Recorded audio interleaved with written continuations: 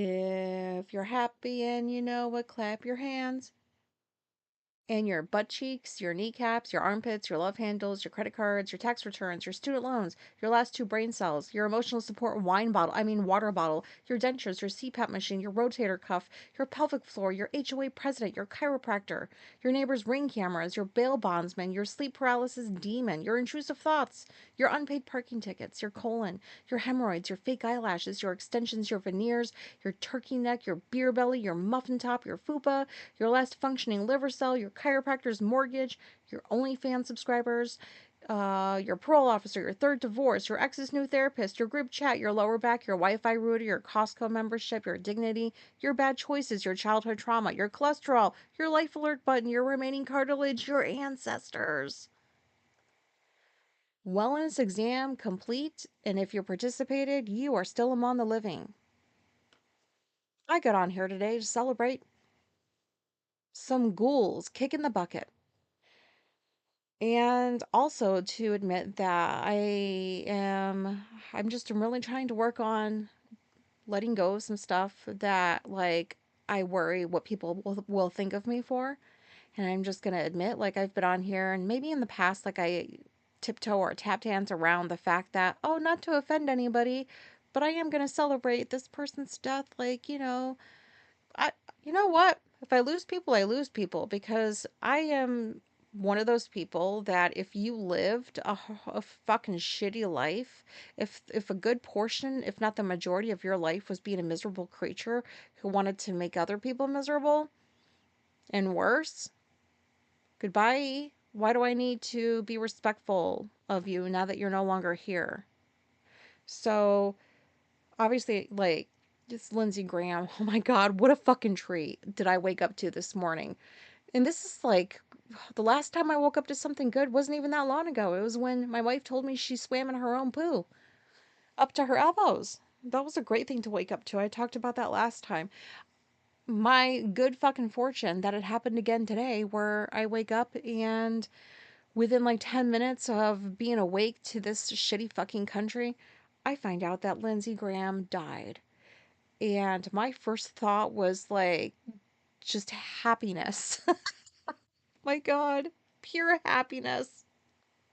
Because as of the time of this recording at 7:09 p.m. on Sunday night, nobody has come out and said whether or not Mitch McConnell is alive or dead, and I'm just gonna go with he's dead. And I'm happy about that. Um, like I've been watching today, I follow several different people, um, and some of them are like several different people on YouTube, I mean, that like report news and stuff like that and like give their own perspective of it. And all of them that I watch report facts. Some of them stay strictly professional, which I don't blame them there, you know.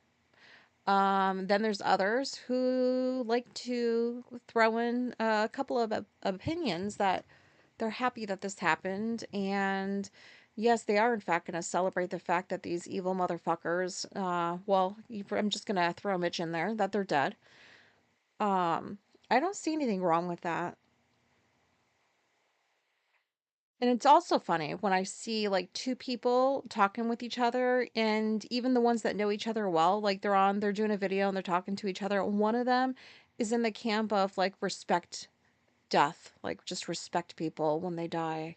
And then the other camp is like, not if they were assholes when they were alive.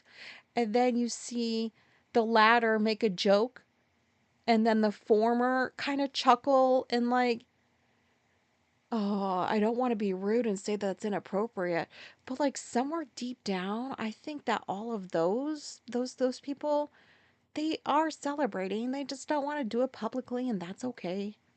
But I'm doing it publicly because I'm tired of like every day crap, people dying, disgusting, horrendous, inhumane shit every fucking day. And then, some ghouls are fucking kicking the bucket, and like I'm over here clapping and having a party and I sent a message to the only person that I can trust saying these things to, because they haven't invalidated me before, like, and they share some of my happiness, I believe. Like, we have this, well, I hope it's still a date. Not like a date, but like, I've been having these I have this, um, just trying to slow down my talking. I have this person that we agreed that when Evil Dick dies, we're just gonna go run and grab some alcohol, go back to our respective homes, and message each other and drink about how happy we are. That's a real thing that I plan on doing. And like the past like couple of weeks, I keep having these visions of like that moment happening. So like I wonder if my prediction from January is gonna come true where Evil Dick fucking dies this year. Because I still feel like it's gonna happen. I just do.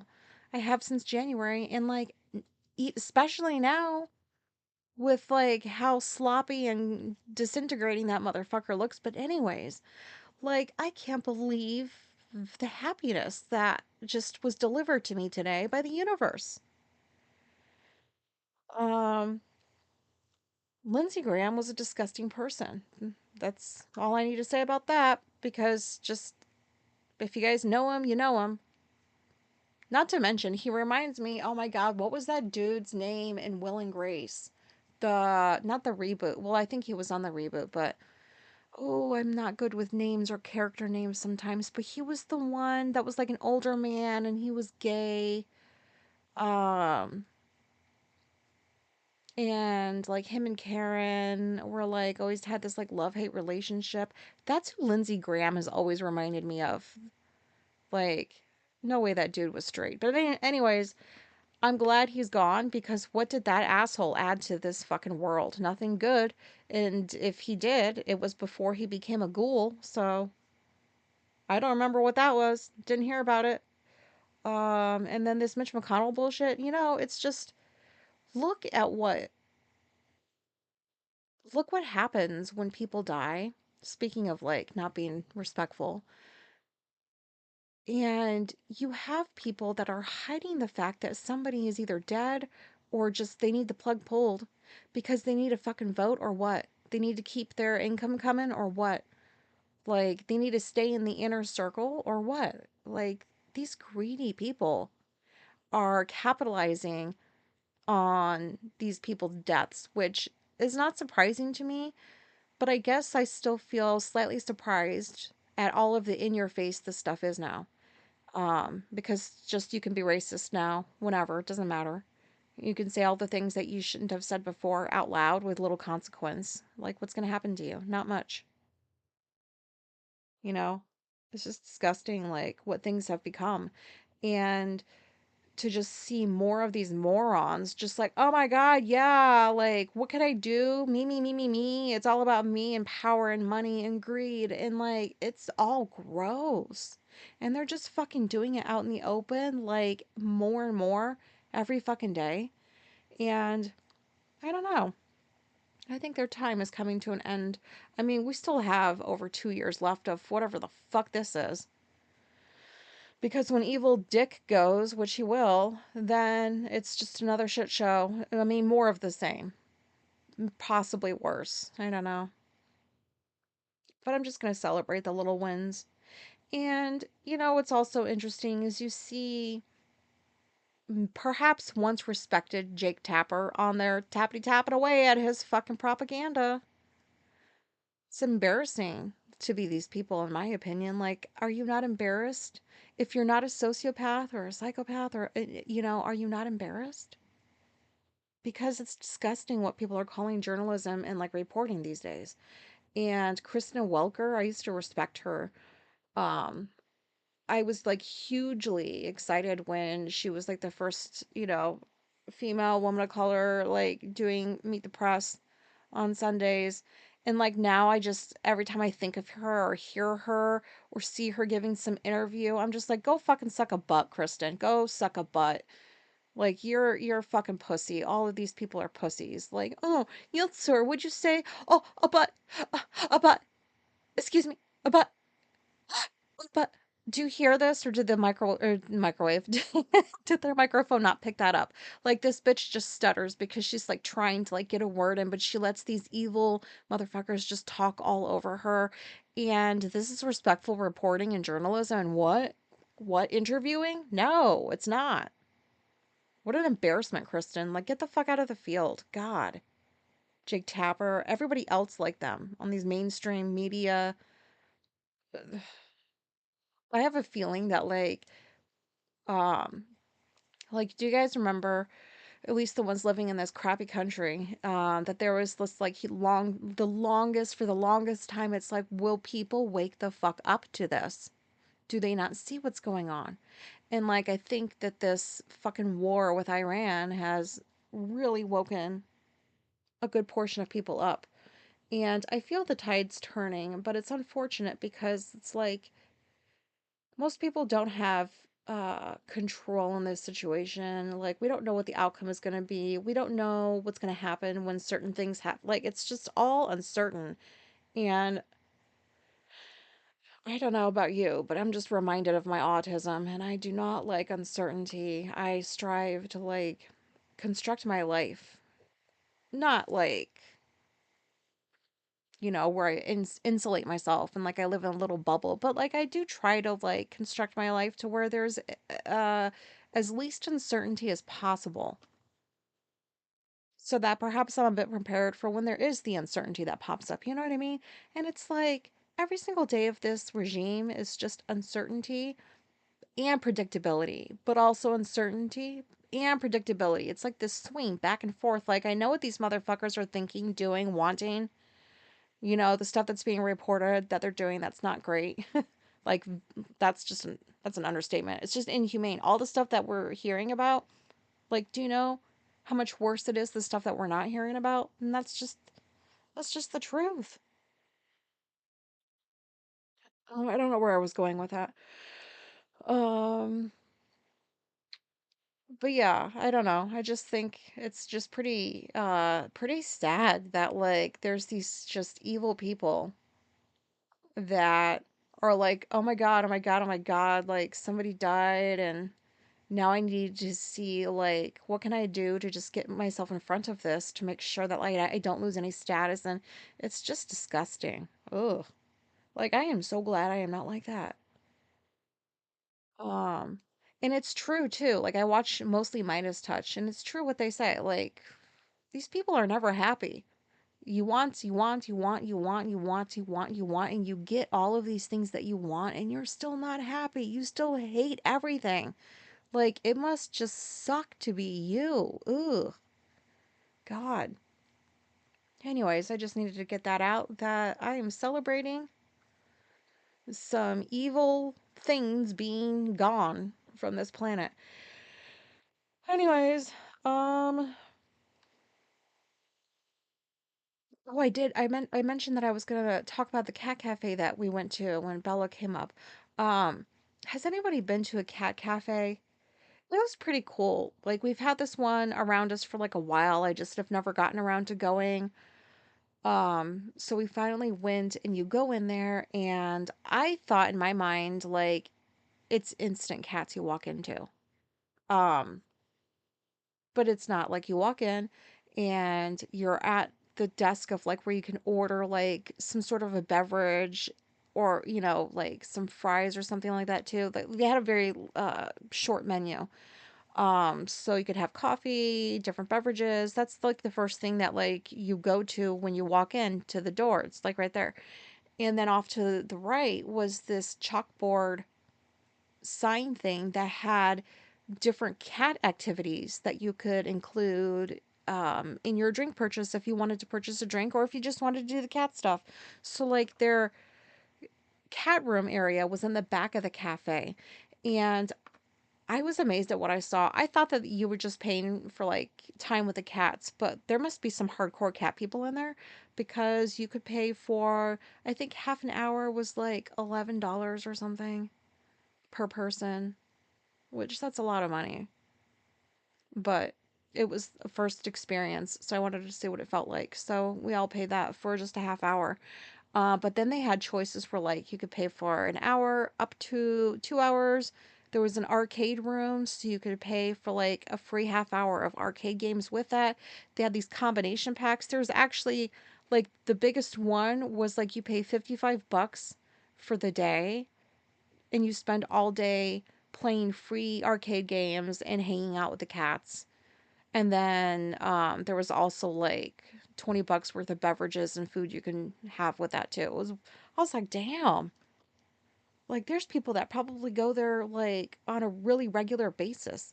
And so I thought that was really cool. I liked the options that they had. So we went back to the cats and I mean the first thing that hit you is the smell.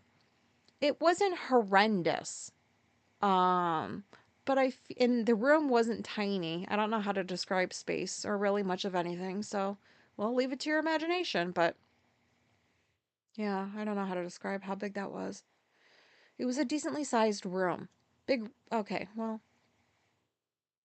it was big enough room that there were two little rooms with their own doors inside it. I don't know if that helped any, but anyways, so like I wish that they could do more about that. Like, can you not just have like a little tunnel going to like an outside park that's like contained within a fence or something where they do their doo-doo shit out there, like in litter boxes outside? Like, there's got to be a better way to construct that. But, in true cat person fashion, you just become the smell within 5 minutes and you don't even recognize it anymore. Ew. Um, so anyways, I got past that, but there were what, 15 cats in there? And it's one of those places where they adopt out too. So they charge a fee for adopting a cat and they put it back into like cat food and cat furniture and like the litter and stuff like that. And it's maintained like really well. Like they have really cool modern looking cat fancy furniture. It's like cat scratchers I've never seen before, cat trees I've never seen before. Um, it's amazing to me that like all of those cats somehow figure out how to coexist and you don't see like these little fights breaking out, which that's interesting to me. They've Because there's some that have friend groups. There was like one that was like, I hate everybody. That would have been me. And but that one came out for me. Oh, I was so happy about that. I really try to go for the cats that don't want anything to do with anybody, you know. But anyways, it was a good time. Half hour went by really quickly. There was only one other family in there, and me, Alicia, and Bella for like the half hour. It was pretty cool. We got to play with a bunch of cats. They were friendly. Um, they had some cool breeds in there. So yeah, I don't think I'll be going back. Um, at least not to that one. It wasn't a bad experience at all, but I just wanted to see what it was like to go into one, and now I know. So that was that. And this week I might do an episode. We'll see. But my new doctor appointment is this week. And I'm going to meet this doctor and see what they're like. And so I've caught myself like, do I say I'm autistic? Do I say I suspect I have this, and this? Are they going to invalidate me? So like I'm already preparing for stuff that hasn't happened. So earlier today I was like, no, this is what I'm going to do. I'm just going to write a list. Just keep it simple of things I suspect or know that I have, symptoms I experience, and then I put my medication list, like vitamins, supplements, all that stuff, and then I'm just gonna hand it to that person and see what they do with it, or I'll read off of it, whatever works better. But anyways, I'm just gonna read what I put together. So because it's just stating facts of how I experience myself and like things that I'm sure of and things that I'm not. So I'm definitely probably that's not the same thing. I'm gonna say I'm autistic. And that person better fucking not invalidate me because then the entire appointment will be ruined. So I don't know when I'm gonna bring this up. But like if this is gonna be my new doctor, like I think I just need to set my fears of invalidation and rejection aside and just hope for the best. That's not how I live my life, but I guess we'll try something new. So the list I put together, um, Ehlers-Danlos. I think that's how you say it.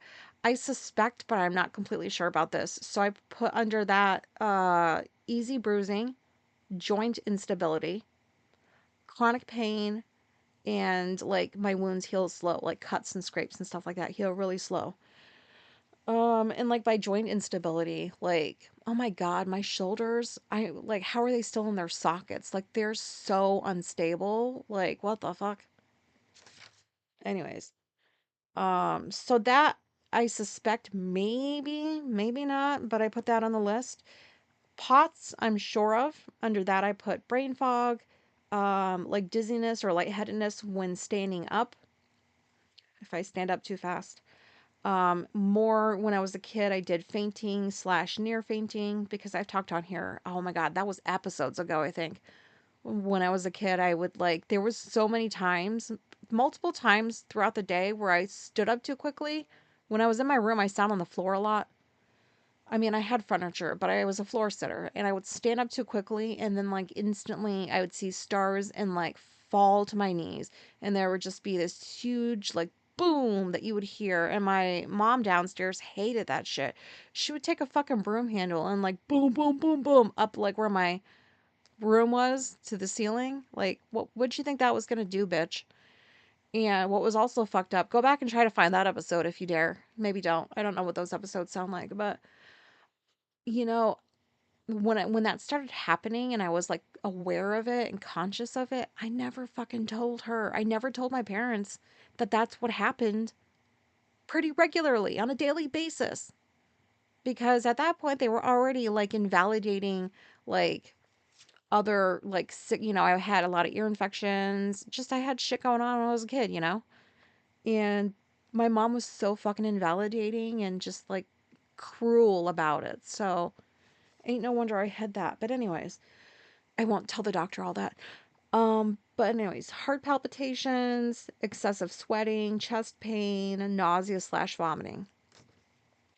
Um, and then I put surgical menopause. Under that, I put age 39, had a hysterectomy, hot flushes, night sweats, sudden temperature changes, brain fog, joint slash muscle pain. And then this new thing, it's new to me, at least term wise. Musculoskeletal pain is how I would describe this chronic pain that I've had for at least a year. Bone pain, mostly sharp and intense. Joint pain, achy, sore, burning, can be constant and intermittent. Muscle pain, deep, steady ache, sudden sharp pain, localized but mostly widespread. And then tendon and ligament pain can be pretty sharp at times, especially like when I dislocate my shoulders, which happens more times than I care to. And I read that list out loud. I don't know, in case it's helpful for anybody. Just write yourself a simple little list to bring to the doctor because do you hear me when I talk? I can ramble and I go off on tangents and then I forget what I want to say. So I've always found that like going to appointments with just bullet points of stuff keeps me focused and makes sure that I don't forget to say anything to the person I'm meeting with. So I'm gonna bring this. And then I have my list of meds. Um I don't think anybody is interested to hear what vitamins I take, but that's on the list too. And then I'm just going to see what this person does with the list. I don't want this to be some long ass fucking appointment, even though I know like a lot of first appointments with doctors can be. Um, but I don't know. These are just the facts of how I experience myself. Can you help me try to sort something? Like, what's going on here?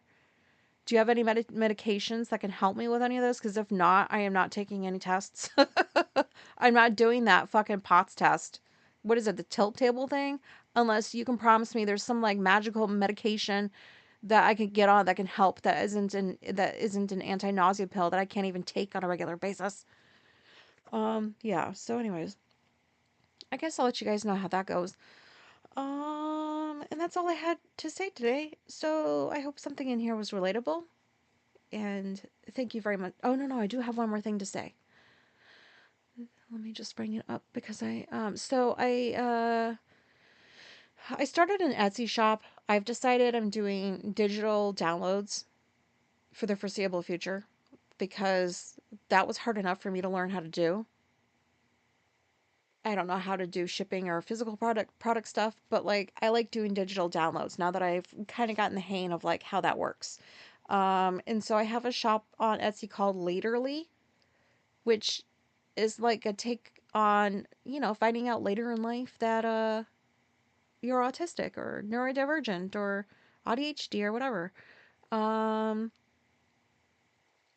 and just some stuff on there. There's only a few things up so far. Those are the only I've only gotten a few digital downloads done because that's how hard it is. Like I can write posts and do stuff like that on Substack, but like when you turn it into something that people purchase, it's like there's more steps involved. There's formatting that I don't know. It's just stuff I don't know. And now I think I know more of it. Oh my god. Maybe check it out. Holy shit. Um, so yeah, so I'm happy about that, and I'm gonna be adding to it. And that's all I have to say. So I hope everybody's doing okay with the current climate of this shitty country slash world, depending on where you live. And thank you very much for listening and for your support and for your messages. I really appreciate those.